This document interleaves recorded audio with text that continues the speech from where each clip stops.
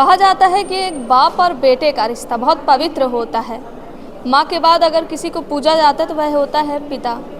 लेकिन पिता के खिलाफ आज एक बेटा आया है रीवा कलेक्टर की जन सुनवाई में, और शिकायत भी ऐसी कि क्या कहा जाए। वजह है ज़मीन और ज़मीन का मामला। ये मेरे साथ मौजूद ये जो शख्स आप देख रहे हैं, ये आज आए हैं कलेक्टर की जन सुनवाई में और शिकायत लेकर आए हैं अपने ही पिता के खिलाफ। क्या है पूरा मामला, जान लेते हैं। क्या नाम है? हमारा नाम विनोद द्विवेदी है। पिताजी बिढ़हुआ गांव से। कौन सी तहसील? तहसील सिरमौर। ये पिताजी के हाथ का बांटी हुई जमीन सन 99 का है। आप लोग का हिस्सा बटा?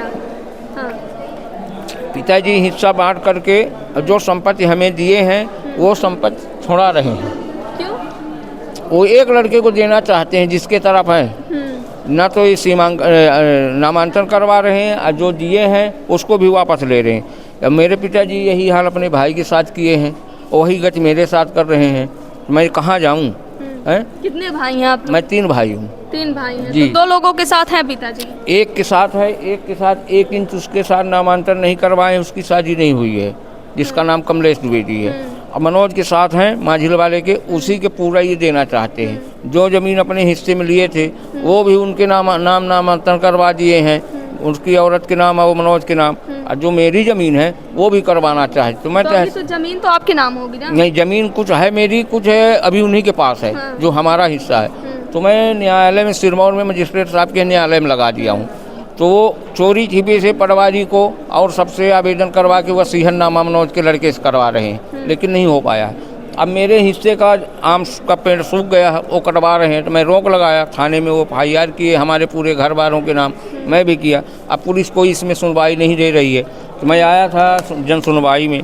जन सुनवाई में सिरमौर तहसील को लिखे हैं, देखिए क्या होता है। पहली बार आए हैं? पहली बार आया हूँ। ये पिताजी है कार्यवाही के लिए? कुछ बोले नहीं हैं, जन सुनवाई में पावती दे दिए हैं तहसीलदार को। लड़ाई झगड़ा भी करते हैं क्या? नहीं, लड़ाई झगड़ा मेरा नहीं है, कुछ नहीं है। खाली वो सन 99 से जो हमारे माँ ख़त्म हो गई है, तो ये हमारे भैया जो कहती है आरती द्विवेदी, वही ये पिताजी कर रहे हैं आज तक। हाँ, जो वो कहेगी, अगर आम का पेड़ है वो कहेगी इमली है तो ये इमली का ही कहेंगे। हाँ, इतना है।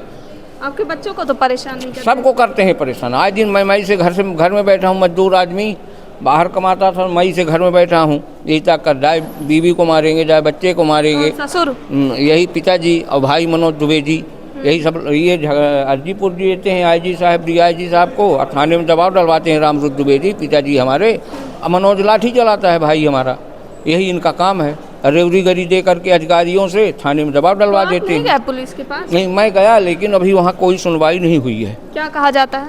बोले ठीक है कार्रवाई करूँगा। बोले अभी इस प्रकरण में मैं गया था, बोले 107-16 करके दोनों को मैं SDM को दे दूँगा। भाई मेरे हिस्से की ज़मीन है, पिताजी ने लिखा है, 5 आदमी की दस्तखत से सरपंच की सील लगी है, तो SDM के मैं क्यों जाऊँ? मेरे ऊपर क्यों 107-16 लगा रहे हो आप?